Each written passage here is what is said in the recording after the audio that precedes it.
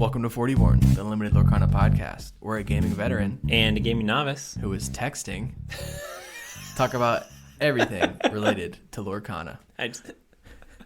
With a focus on limited formats, we cover set reviews, strategy guides, and stuff that nobody asked for. Let's get bored. Oh, is that why you're texting? Am I not enough for you? Never.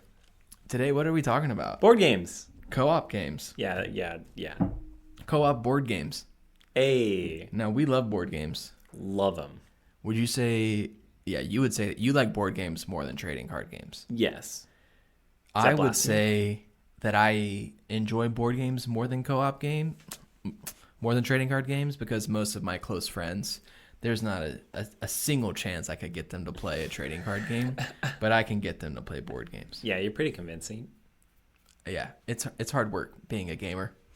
Okay, but why are we talking about this? Because Ravensburger announced that they are releasing a co-op way to play Lorcana. Heyo. Now, a lot of people, maybe some of our listeners know all of this, but I think in general, a lot of people, when they think of board games, they just think of like Monopoly or Clue. Ugh. But there's a whole world of modern board games that are, I think, a lot more fun, a lot more engaging. There's a wide breadth of options, and we're going to talk about some of those options today. We're going to talk about 10 games that we love. Yep, exciting stuff. We're going to talk about co-op games to help you prepare for Ursula's return. Nice. So how does this tie back to Limited?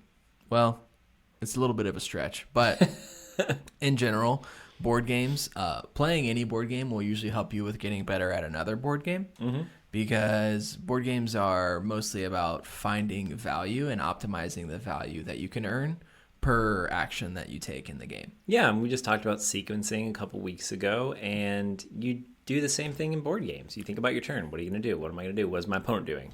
Yep. But today, what is your partner in crime doing? Because it's co-op games. Yeah. So normally you are playing against your opponents in board games to try to get the most victory points or try to reduce their life points to 0 or something like that. And this one, we're going to bring a few different options for cooperative games that you can play with your friends and family to maybe help introduce newer gamers to the world of modern board games, or there'll be stuff for beginners or seasoned gamers alike. Yeah, I love co-op games. Yeah. We have some that we're really excited to talk about, but before we get to those, we're going to talk about ones that are maybe more similar to what this new product will be from Ravensburger. Mm-hmm. And then we'll close out with some games that we've technically never played, but we know people that have played them, and we reached out to them and they said, these are the ones that we would recommend. Yeah. We have some friends that work in the board game space, and these are some of their recommendations. We trust their opinions. Okay. And then at the end, we'll do some listener questions. Yeah, back at it. Yeah. We're going to try to answer questions more regularly, engage with our audience. If you want to ask us questions, hop on our Discord, where we talk about Lorcana and sports and a bunch of other stuff. Mm-hmm. I posted a photo of myself with a fish I caught the other day. Did not do well, so we've learned let's not talk about fishing. Has there been as a dude ever posted a photo of a fish he caught and everyone was like, wow, dude, I'm like so glad I saw that. There's like 1% of the world that's like, yeah. Well, I'm supportive of people having a good time. Yeah, you not to take away from your catch of the day. I thought I'd at least get like a thumbs up. Nobody said anything? Nothing. Post more. We want more pics of pie, Jake. Just pizza. That's all you can post. Okay, I can do pizza pics. Yeah, the photo I did of pizza with pineapple on it got more traction than the photo of me holding that rainbow trout. You should have put some pineapple on the fish. I clarified the trout was fine. We caught it and released it. It was so happy. I don't think that's what people were mad about.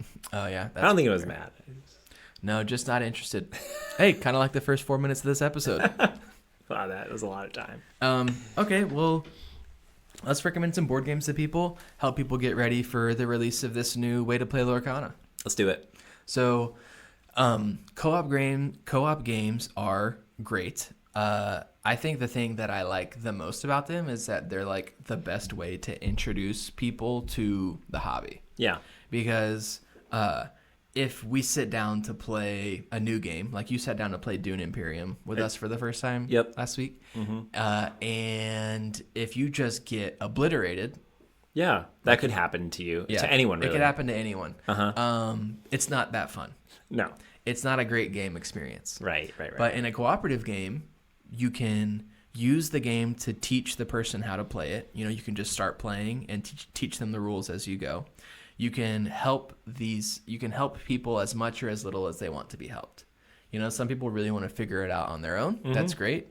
And some people really want you to explain things to them, give them advice, give them tips, help them make decisions. It's just about communicating. Yeah. It's a great way to go in. Nobody likes to lose, right? Yeah. So, or if you lose, at least you're all losing together. Right, exactly. Except for some of these games. Right. We'll get to those later. So when Ravensburger announced a co-op version of Lorcana, I was really excited. Yeah. Because I'm not gonna go into this too long. But I think it's a really, really good strategy decision for them. Because I feel like this is a good way for them to offer an alternative to starter decks.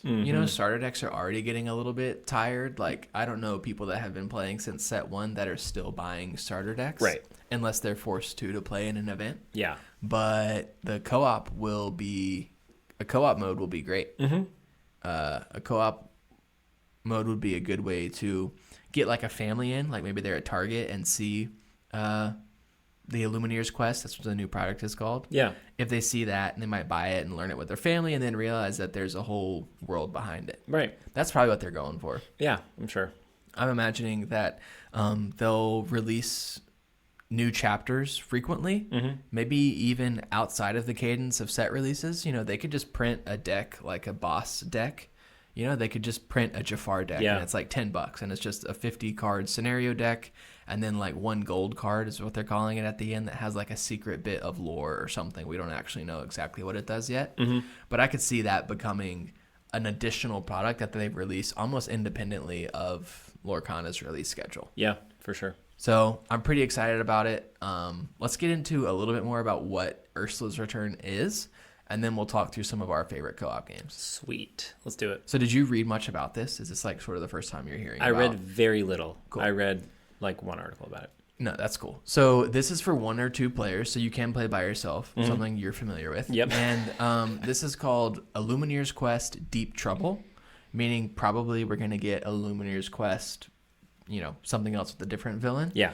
And it comes with 2 pre-built decks. One Ursula scenario deck, because she's the bad guy that you're trying to defeat. And then several other little bits and baubles, like a playmat and tokens and trackers and stuff like that. All the cool stuff. So during the game, you are working with your teammate to defeat Ursula. Nice. So you can play by yourself, you can play with a teammate, and there's different difficulty levels. So you can play on easy, medium, hard, veteran, or whatever. And you can play with the Lorcana cards that you own right now. That's what I'm saying. They'll probably release more scenarios in the future. Yep. And you can just buy it and play with, the deck that you like. You don't have to use these pre-built decks. So this is almost like a co-op mode mixed with starter decks all in one. Yeah. Which is pretty cool. So we don't know exactly how, but Ursula's deck is going to be automated in some way. Maybe you just flip over the top card and do what it says, or maybe they have some rules that she always spends as much ink as possible per turn, or she always inks the leftmost card in her hand, or maybe she always challenges with her steel characters and then quests with her amethyst characters. We don't know exactly what it's going to be, but it's going to be something like that. Yeah. And then as you get better, or as you play with better decks, you can increase the difficulty. Okay. And once you complete the challenge and you defeat Ursula, there's a secret card that you get to open, and we don't know what's in it, or we don't know anything about it, honestly. Fun. So I could just open that right away. Yes, you can. So this is such a good product for them. I'm really excited for them to be stepping in this direction. I think that this product, you'll see it in Target. I think it will eventually replace starter decks. At least maybe they'll do starter decks every other set or something like that. Yeah. And maybe this is their attempt at doing something like EDH or Commander in Magic. So that's enough of me gushing about the product. I'm excited if you can't tell. Should be fun. So co-op games are not new. No. Co-op trading card games are also not new. But we want to recommend some to let you try out. If co-op sounds fun to you, or if you just want to, practice something in preparation, or maybe you've never heard of anything other than Monopoly in the world of board games, then we got some options. What a show this will be for you, my friend. Oh, yeah. All right, let's get into it. So first recommendation, we're going to recommend 6 games that we've played. Either I've played them or we've both played them. And then 4 games that neither of us have played, but have been recommended to us by people that make board games. And they have played them. Yeah. Cool. Up first, Dice Throne Adventures. These are not in order, but the first 2 are the most similar to the concept of Illumineer's quest. So Dice Throne Adventures, I'm going to read the description on Board Game Geek. Board Game Geek is a website where they review and collect reviews for board games. Yep. I love it. I use it too much. Yeah. Some might say too much. All right, the description for Dice Throne Adventures. Exploration, gold, treasure, upgrades, minions, boss battles, and even a shopkeeper named Rosella. Welcome to the latest addition to the Dice Throne universe. Work together over a series of game nights to travel from the Crimson Sands all the way to the Mad King's throne room. Your heroes will gain permanent deck upgrades with each session, but don't become overconfident. The king hasn't lost a single battle in 1,000 years, and he's eager for a real challenge. So this is a cooperative exploration game for 1 to 4 players. I highly recommend this game to all Lorcana fans. I think that if you like Lorcana, you would like this game. So in Dice Throne, originally it was made as a battler game. Like we would play against each other, or you could do 2v2. You have like a hero that has unique abilities and a unique deck. And the action system is based on it's like Yahtzee. Okay. Where you roll dice, and if you get like a small straight is worth, you can activate this power. Okay. But if you get a large straight, you can activate an even more powerful ability. And your deck has cards that are upgrades that you can upgrade. Like if you get 4 of a kind, now you can do even more damage. And they all have like ultimate abilities where if all of the dice are 6s, then you get to do like something crazy. Okay, cool. I love this game. It's so fun. They did a Marvel version of Dice Throne where they have like Black Widow and Spider-Man, and you can play as these characters. It's mix and match. So you could play the gunslinger from like the first set, and I could play as Doctor Strange. Yeah. And we could fight against each other. Just fight against it, okay. But Dice Throne Adventures lets you take all of these characters and play in a co-op mode where over a series of game nights, so like, let's say we play every week. It usually, I think, takes 6 weeks. You would do like a dungeon delving thing where you're like exploring rooms and getting upgrades for your deck that permanently upgrade your character's deck. And then the next session is a big boss fight where you're trying to fight like these corrupted versions of iconic characters. It's like a little mini D&D, but with more structure and with dice. Exactly, yeah. It's Dungeons and Dragons on rails, but it's like Yahtzee. Cool. Yeah. Approachable. Yeah, I love Dice Throne Adventures. You can buy it from Roxley on their website. And all these games you can buy used through Board Game Geek, or there's probably at your LGS, they probably have like once a month they'll do like a meetup where people can trade games. There's a lot of ways to get these games. So if you look at the price and it's kind of surprising, that's just the price of board games these days, unfortunately. Yeah. All right. Expensive. Cool. Anything on Dice Throne Adventures? No, I'm into that one. I haven't played, but I would love to play. This would be my number 1 recommendation for people related to this. All right. Next, Marvel United. Have you played Marvel United? I have not. Okay. Our friend Cameron is like all in on this. It was on Kickstarter. It's produced by Simon. In Marvel United, you take the role of iconic Marvel heroes cooperating to stop the master plan of a powerful villain controlled by the game. Each villain unveils their unique master plan with cards that trigger different effects and threats that pose challenges across the locations. Heroes must choose carefully the cards to play from their unique decks that not only offer different actions and superpowers, but also combine with the actions of other heroes to do the impossible. Build your storyline, unite your powers, and save the day. So this is a co-op game for 1 to 4 players. It's a lot of fun. It's very, very simple. Like, I think kids can play this and adults can play this, and everybody will enjoy it. Okay. Like, the action system is very simple. Your character has, I think, like a 12-card deck, and you draw a couple of cards, and you can use them. Nice. But most of the deck, I think, like, for most characters, most of the decks is the same, but they have a few special abilities. So, like, if you play as Wolverine, I think it's like when your character would die, they like come back to life and draw cards, and they can deal more damage once they take damage or whatever. Okay. So it's very thematic. Yeah. And then the villains that you play against is also really thematic. So like you can play against Doctor Doom, and Doctor Doom is like sends these little robots out to all of the locations. So you have to fight you have to like clean the robots up from the locations before you can even fight Doctor Doom. Yeah. They have like a Spider-Man expansion that's all focused on Spider-Man. They have X-Men if you're focused on that. They have Deadpool. Like all of the Marvel characters, they have some version of them for this game. Is this like strictly cards, or is it like a board? It's weird. It's like a big circular board that goes in the middle. Okay. And each player has cards. Okay. And then the bad guy has a deck that you flip over and kind of do and what it does bad things. Gotcha. Okay. So all of the good guys go, and then the bad guy gets to do something, and then all of the good guys. So it's the type of thing that I think they'll do with Illumineer's Quest. Okay. Yeah. So Marvel United is great. You can find this at Target. They have Marvel X-Men, I think was the last one I saw there. It's great. They're all great. You can go as deep as you want with this. There's literally hundreds of characters and villains at this point. Mm-hmm. It's a great game. Cool. Marvel United. Nice. If you have kids and you want to play a co-op game, this would be the one I recommend. Good start. All right. Our favorites. So I love both of those games, but these three of these four games are probably in my top 10. I don't know about one of them. Okay, sorry. Up first. Project Elite.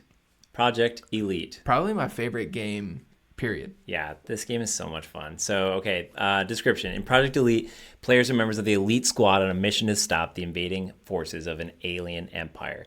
Stopping the invasion requires players to speedily roll dice as they take part in real-time 2-minute combat rounds against waves of terrifying enemies.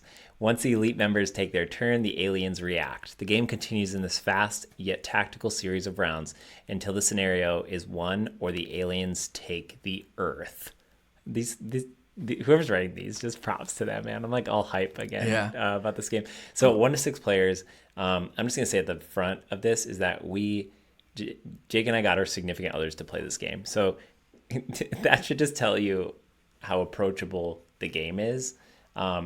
I think the fun part about this game is a lot of times you're trying to teach like a group of people a new game. It's very daunting, but you really just need one person to know what they're doing. And then each person's going to have like a character that they're like, here's what I do. And it is quick. Those 2-minute real-time combat rounds are fun. You're just rolling your dice rapidly, trying to do what you would need to do. It's very easy to understand. And then you kind of, once everyone takes that 2 minutes, you resolve all those actions. So it's fun.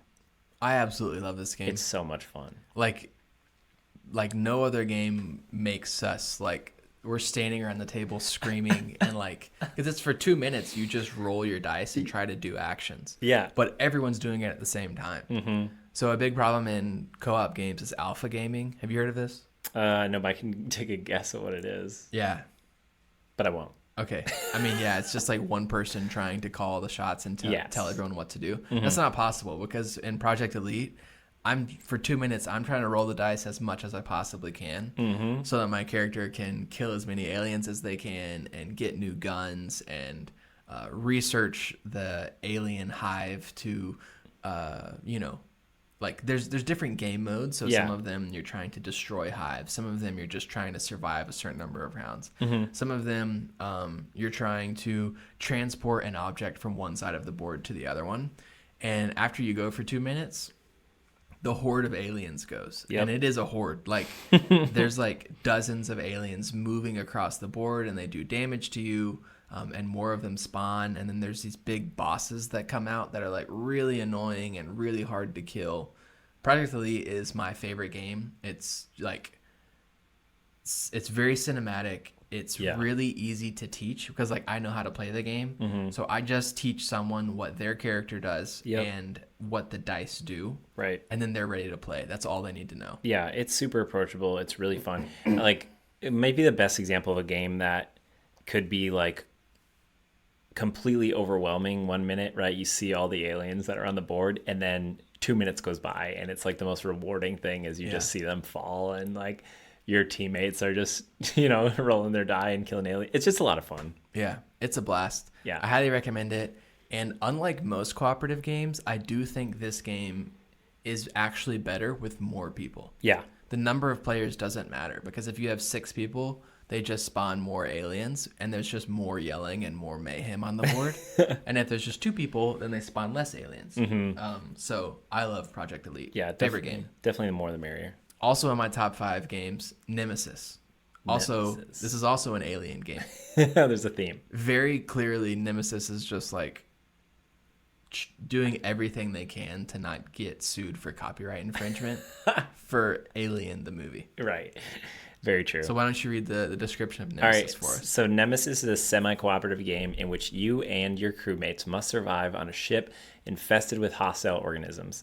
To win the game, you have to complete one of the 2 objectives dealt to you at the start of the game and get back to Earth in one piece. You will find many obstacles on your way. Swarms of intruders, the name given to the alien organisms by the ship AI, the poor physical condition of the ship, agendas held by your fellow players, and sometimes just cruel fate. So this is a 1 to 5 player game. The interesting part about this game, and I think you'll see in other games too, is that you are all sort of working together. We don't want to die by aliens, right? We got to like make sure that happens. But then your teammates will have their own agenda, right? So that could mean you just need to escape on a pod. Maybe that's their like what they need to do to win the game. Or maybe you need a teammate to die. Is that one of them? Feels like one of them. Sometimes it's literally the person to your left cannot survive. Right. So it's like we got to survive long enough, for us to get through these objectives. But you don't know how well your teammates are working with you. That's the exciting part about that part. This is, I think, the most like thematic, cinematic game I've ever played. Yeah. Like when you play it, you feel like you just woke up on a spaceship and you're trying to survive. So true. Like you don't know who to trust. You don't know where the aliens are. You don't know what's on fire. You don't know if the engines are working. You don't know if your ship is pointed in the right direction. And every single decision you make matters. Like this is a game. So co-op games that are too hard to win sometimes are frustrating for me because sometimes it's just so difficult that it's really defeating and demoralizing. This game is extremely hard to win, but I don't care because it's like you know what you're signing up for. Yeah. Like this is a game about the moments that it creates more so than winning. For sure. Absolutely. And then when you do win, it feels incredible. Feels so incredible. It's like there's truly times where you're just like pleading with your shipmates of like I don't know where you stand, but like just do this thing for me, please. Yeah, like I think so. This is a semi-cooperative game, and the way that they do it is everybody at the start of the game gets 2 missions, and then once the first alien appears, you have to pick which mission you keep. Well, the 2 missions, there's 2 decks.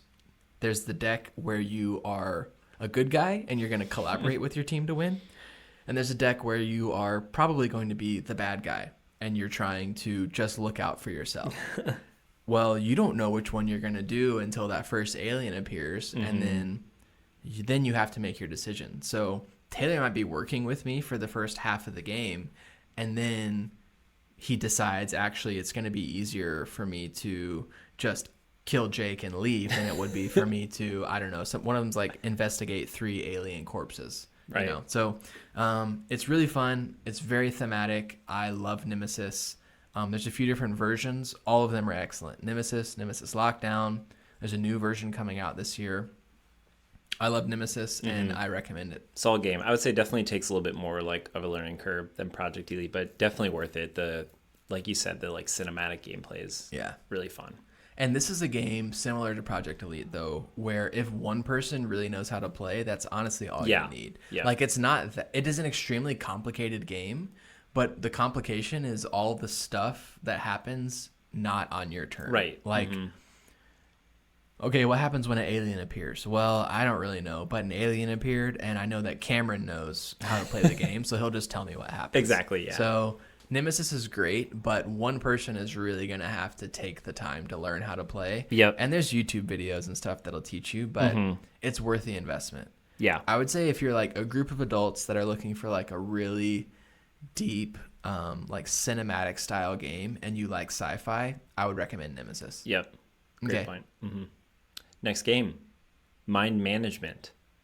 Such a funny story, like just how we came upon this game, but I'll read the description first. So in Mind Management, the psychic espionage game, one player controls mind management and must scour the city for new recruits. They move around on a secret map, trying to visit locations that match one of the 3 randomly drawn feature cards. They can also use their 4 immortals to protect locations from being exposed. All other players control the rogue agents who must try to stop mind management before it's too late. They ask questions to the recruiter and deduce their whereabouts from the answers they receive. Rogue agents can use dry erase mental notes to track the information they're given. Mind management wins by either collecting 12 recruits or surviving 16 turns. The rogue agents can win only by capturing mind management, which they do when they believe they're on the same block as mind management. That's a lot of confusing, probably descriptors. Essentially, there's a person trying to move secretly across the map, pick up recruits, get points, and there's a person trying to figure out where is that person. That's essentially the game. It's 1 to 5 players. 1 versus many. So you're going to have that one person who's picking up recruits secretly. Anyone else who plays is going to be working together to try to find that person. Yeah, I love this game. I love everything that Off the Page Games does. They also made Harrow County, which you and I have really been enjoying. Yeah, for sure. Mind management is really, really good. 1 versus many. This is what I thought that they were doing with Illumineer's Quest, which is like, I thought it would be fun if one person controlled like the really powerful Ursula deck and the other players are controlling normal decks and trying to work together to defeat that person. I thought that would be fun, but it seems like that's not the direction they're going with this. But that's okay. Maybe that'll change in the future. But 1 versus many is fun. Yeah. And it's like, this is, if you liked Clue as a kid, you should play Mind Management now. Yeah. This is like a much better version of Clue, where it's like one person is trying to secretly navigate their way through a city, and the other people are trying to track them down and hunt them. And it's always so close where it's like, when you're the person that's on the run, that's moving in secret, it's like you can feel the walls closing in around you. And then if you're the people that are trying to catch the person, like if you're one of the many, then it's fun because it's like you're collaborating with everyone to try to be like, well, we know that they were there 3 turns ago, so they could be at any of these spaces. You go there and I'll go here, and we'll try to activate this ability to trap them and slow them down. Like, it's pretty fun to like work together and try to track the person down. It becomes like a game of cat and mouse, but it's like cats and 1 mouse. Yeah, it's truly a game too that if you just have 2 people playing, it's really fun. But even if you have 3, if you have 4, like, it's still fun. Like, it's still great just trying to work with those people. It's just a different game, I would say. Yeah. Like, but this game is so interesting to me because it was a series of like comics or graphic novels, telling like a really wild story. I'd never really read a story like this before. I remember we were looking for it for a long time. It was hard to find. Then they just made a game, and the game's great. That's what Off the Page Games does. They like find graphic novels that they like and then get the rights to make a board game based on those graphic novels. Just incredible company. Yeah. And the art is pretty polarizing. You either love this or hate it. But I really like the game. I highly recommend it. I think that's it about mind management. Yeah. There's plenty of these 1 versus many games, but this is my favorite version of it. This one's done really well. Oh, I was going to say, this is cool. Sorry, one more thing. As the game goes, it has this cool system to help you naturally balance, where it's like if I play with the same group and I'm always the person that's hiding, and then Taylor and Skylar are always the two people that are seeking. If they keep beating me, then there's like these little modules that you can open up to make one side more powerful.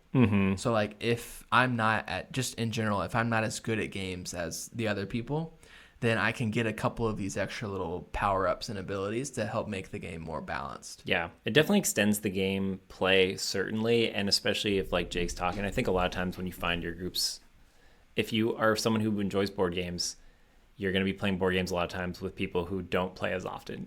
So it's a great way to be like, hey, I know this game, you don't. Let's give you an advantage, you know? Yeah, absolutely. Cool. It's fun. Okay, up next, I wouldn't say this is one of my favorite games, but I do think it's like, I have played it, I've really enjoyed it, but it's like one of the best co-op games. It's a trick-taking game called The Crew Mission Deep Sea.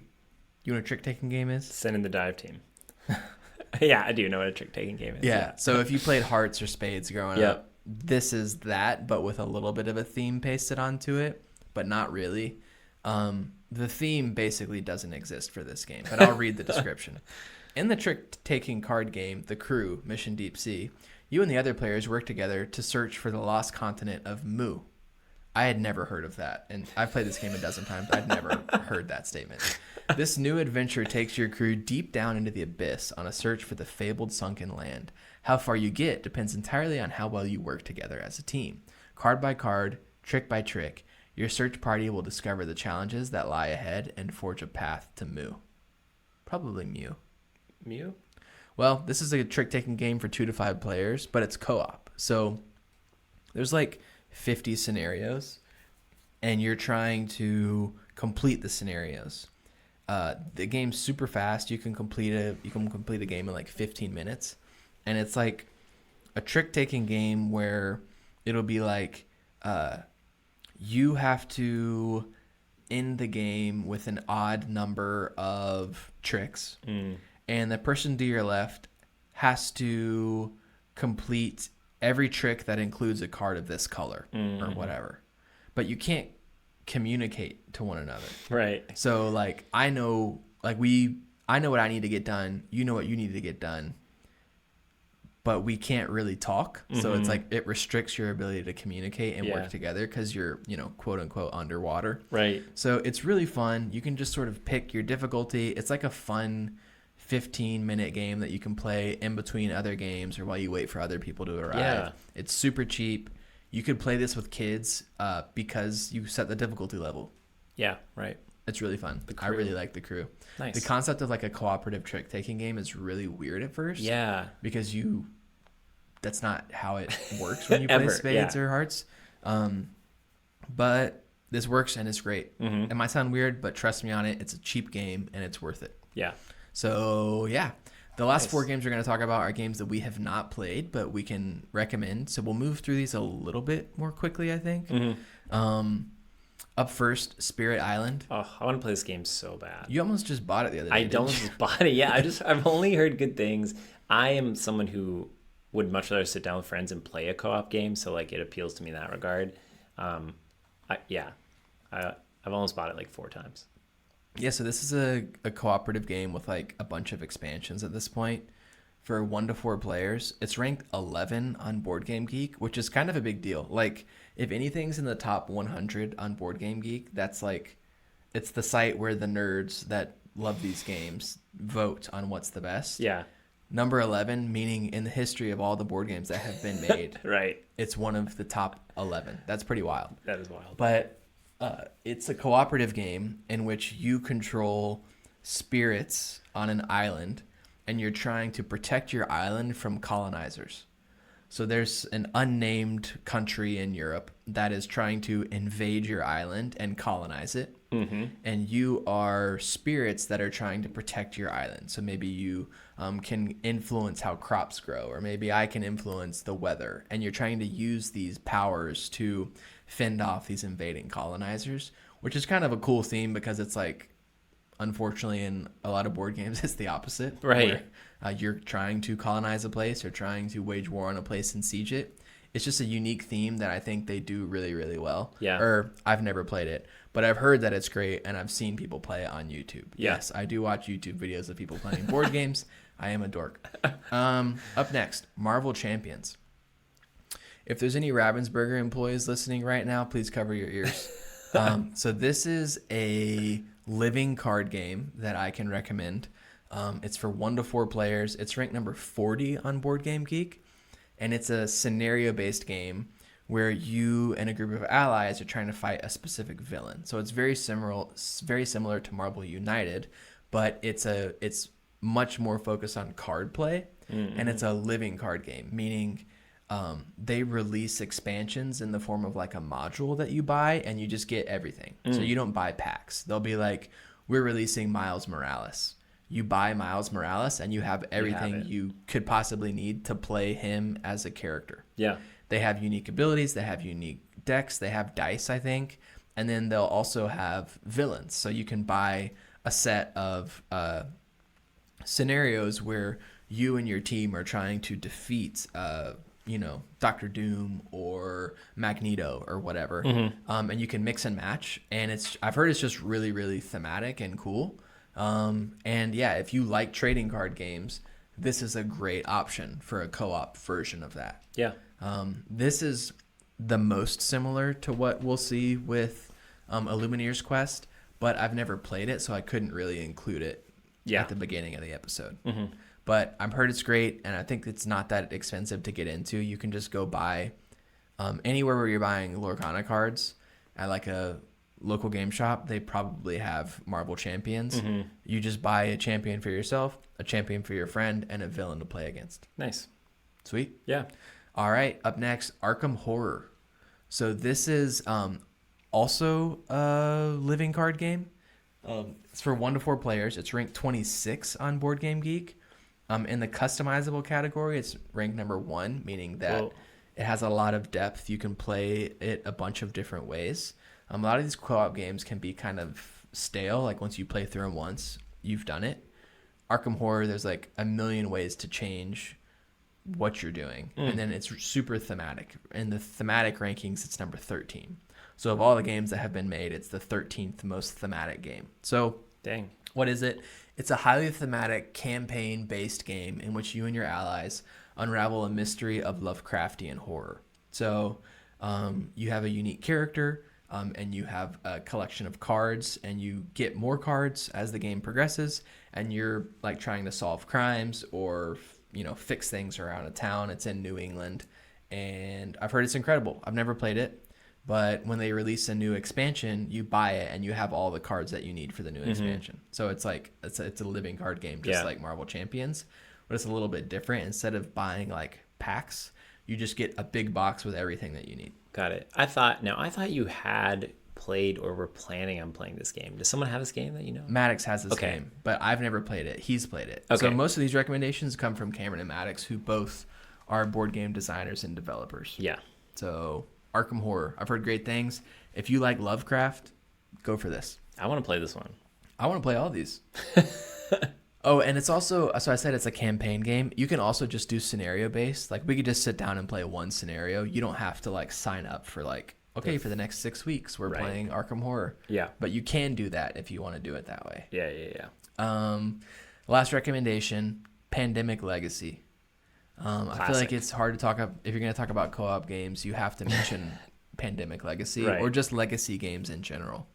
So a legacy game is a game that typically means you can only play through it once with the same group of people, and you permanently alter the game as you play through it. So like sometimes it'll literally be like, rip this card in half, you cannot use it anymore. Whoa. Or it'll be like, put this sticker on this card and it now is a stronger card next time you play. Stuff like that. Yeah. So you can just play through it one time. Now that might sound, concerning, but Pandemic Legacy is typically 12 to 24 sessions of gameplay, meaning you're getting like 40 to 50 hours at least of gameplay. I mean, I don't know how long your sessions are. Out of that, I think it's over like 100 hours of gameplay included in the box.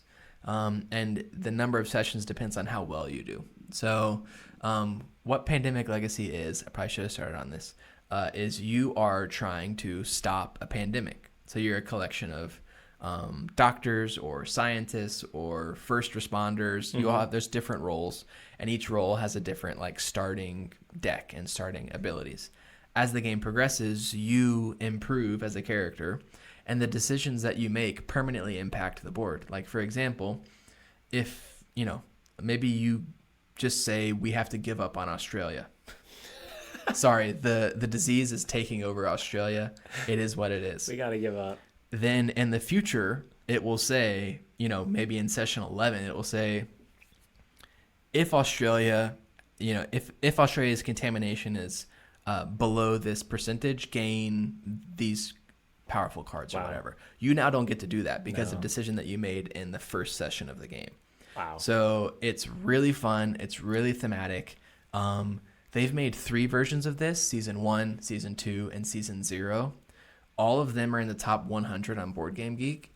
This has been rank 1 on Board Game Geek up until a few months ago when it was dethroned, and it's now number 2 on Board Game Geek. Whoa. It's ranked number 1 for theme and number 2 for strategy. That's wild. I've heard Pandemic Legacy is incredible. If you like the idea of legacy games, meaning these games that tell a story over an extended period of time, there's a lot of them, but I would say Pandemic Legacy is probably a good place to start. Dang. But I would just play Dungeons and Dragons. That's my problem with legacy games is I could get a group of 4 adults to play Pandemic Legacy every week for 12 weeks, or I could just play Dungeons and Dragons for 12 weeks. For 2 years. Yeah, or for 3 years. Okay. That's 10 co-op board games we recommend. Nice. We'll put the names of all of them in the description. Yeah. And you can find them online pretty easily. Yeah, tell us what ones you like, or tell us if there's ones we missed that you really enjoy. Pop those in here. Yeah, what co-op games do you love? Which co-op games do you hate? Yeah. What are you hoping to see in Illumineer's quest? What are you excited about with Illumineer's quest? What do you hope they do in the future? Right. We'd love to hear all of those things. You can tweet at us at Fortyborn. You can email us at fortyborn@gmail.com. And you can hop in our Discord, which is in the show notes. For sure. Should we answer some questions? Yeah, we have a couple listener questions we wanted to get to. Right. Which one do you want to do first? Let's do Naturally Nani's first. Okay, go for it. Given that you seem to think Star Wars Unlimited was a good game and also well designed for limited play, are you still going to stick with Fortyborn, or will there be a limited, unlimited podcast coming instead? All jesting aside, what do you think are each game's strengths and weaknesses, and which do you think has more staying power? Talk to us, Jake. You've played more Star Wars Unlimited. Yeah. I think Star Wars Unlimited is a fantastic game. I think it's worth giving it a shot. Yeah. Your LGS probably has starter decks you can use to try it out. Mm-hmm. I am sticking with Lorcana for now. I have no reason to change. I enjoy Star Wars Unlimited, but there's no possible way I could do 2 podcasts. But realistically, if Star Wars Unlimited came out first, maybe we would be doing that as a podcast. Yeah, who knows? I love both games. I enjoy playing both of them. There's room in my heart for more than one game. Yeah. But there's not room in my time for more than one game. Right. What are each game's strengths and weaknesses? Wow. I think they're both very different. Yeah. I like that Star Wars Unlimited has pretty quick, snappy turns because you only get to do one thing and then you have to pass. Mm-hmm. So it's like you alternate back and forth. I really like that. And I don't really care about the Star Wars theme, so maybe I like the Disney theme more. It's just more fun and more appealing to me. Mm-hmm. I like that Star Wars Unlimited has takes limited more seriously in their set design and in their product implementation and in their tournament structure. They seem to just care about limited a little bit more. In terms of putting it at the forefront of the game. Mm-hmm. I wish that Lorcana prioritized limited a little bit more. But I think Lorcana's art is way better for me. The card design and the way that they look is great. Yeah. I enjoy playing both games for different reasons. I don't know. Those are some strengths and some weaknesses with both. Yeah. Which do you think has more staying power? I have no clue. Right. That's like Yeah, that's Such a really hard to question say answer. because, yeah, trading card games come and go all the time. But I think both of them have staying power. Like, I think both of them will still exist a year from now. I feel confident sure. saying that. Even 2 years from now. But 10 years from now, I don't know. This is not FFG's first rodeo, which is both a good and a bad thing because they've failed before. Hopefully they've learned from that.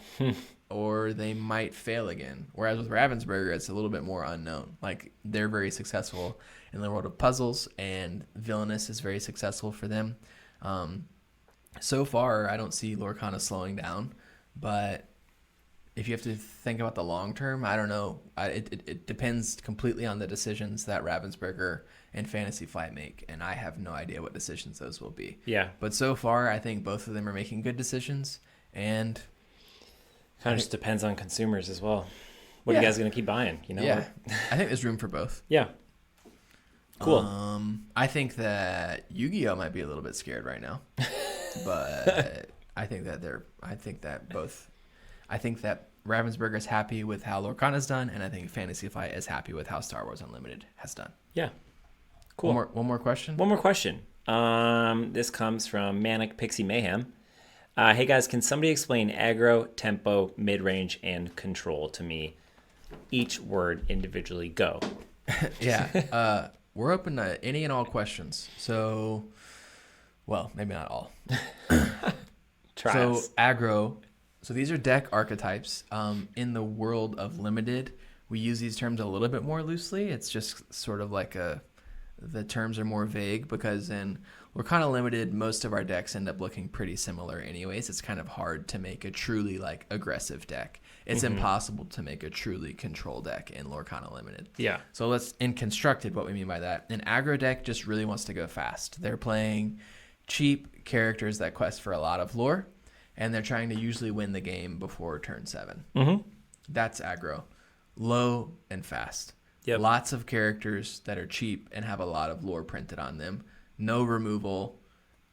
Any interaction they do is just a way to open the door for them to quest more. Control is the opposite.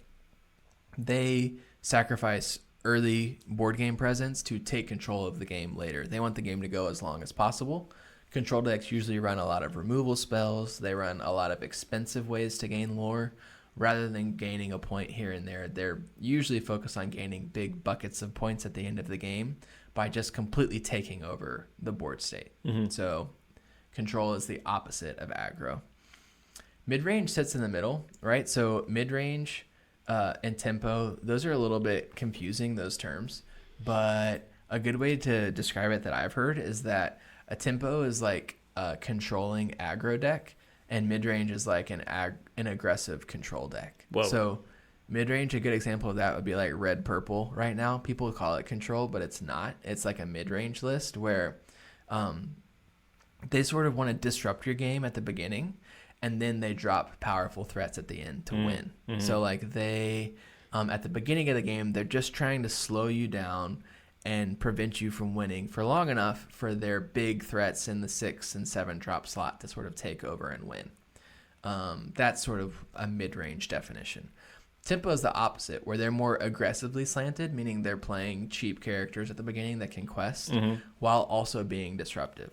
If we look at like the green-purple list right now, I would call that a tempo deck because what they're doing is they're trying to get out like the merfolks that can quest for 2, and like Ursula is not an aggro card, but she lets you disrupt your opponent's hand. The 2-drop Ursula lets you disrupt your opponent's hand and get songs out of the way.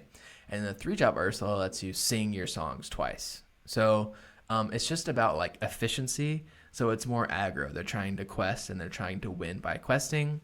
And they're just trying to slow you up and trip you up long enough to get to 20 lore. Yeah.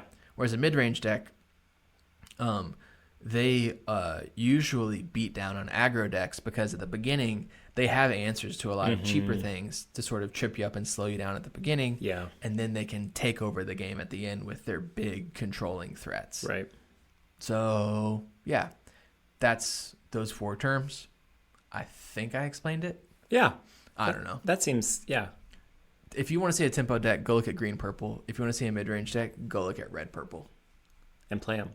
Yeah, play them. What's your favorite to play, Jake, and what's your least favorite to play against? Playing against Control is the bane of my existence. Yeah, it's not fun. It has been when I played Magic, and it is in Lorcana as well. Always, right? I like to actually play cards and have them stick on the board and do things, and Control doesn't want me to do that. Control is about making your life miserable, and I don't like that. No. My favorite to play is Tempo. I like more aggressively slanted decks, but ones where I also like have to use my brain. Yeah. And I know that aggro is, typically seen as like a brain dead way to play. But it is, I think in Lorcana, it is more challenging than a lot of people give it credit for. Mm-hmm. But Tempo is my favorite way to play. That's why I really like that green-purple list right now. Yeah. Solid. Yeah, that's my answer. Fun. Tempo is probably my favorite. Cool. Well, I hope we answered some of your questions, everyone. Yeah, if you have more questions, hop on our Discord. We have a channel called Listener Questions where you can ask us. Other people will chime in and give their answers. Yeah. And we usually try to get around to answering them on the podcast, but sometimes we don't do that. We're getting better. Some people would agree with that statement. Yep. Okay. Well, hey, good luck in your set championships. I think it's this weekend. Yes. If you win a playmat, let us know. Oh, yeah, for sure. Good luck. And if you don't, shame on you. Yeah. We taught you better. Well, we'll see you in May in Atlanta. Oh, yeah. Yeah, if you want a Lorcana sticker, if you want to meet us for some reason, we'll be in Atlanta. Be in Atlanta. Later, y'all. See ya.